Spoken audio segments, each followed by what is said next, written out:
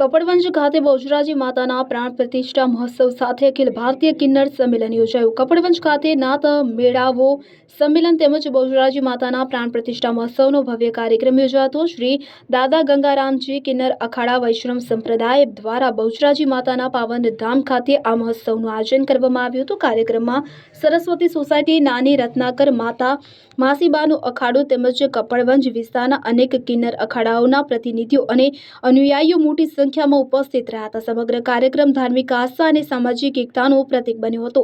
પ્રાણ પ્રતિષ્ઠા વિધિ વૈદિક મંત્રોચ્ચાર સાથે સંપન્ન કરવામાં આવી। જય શ્રી બહુચર માતાજી, જય શ્રી મેલડી માતાજી, જય જોગણી માતાજી અને જય ગોગા મહારાજના જયઘોષ સાથે માહોલ ભક્તિમય બની ગયો હતો। કપડવંજ ગામના લોકો મોટી સંખ્યામાં ઉપસ્થિત રહી ધર્મ લાભ લીધો હતો।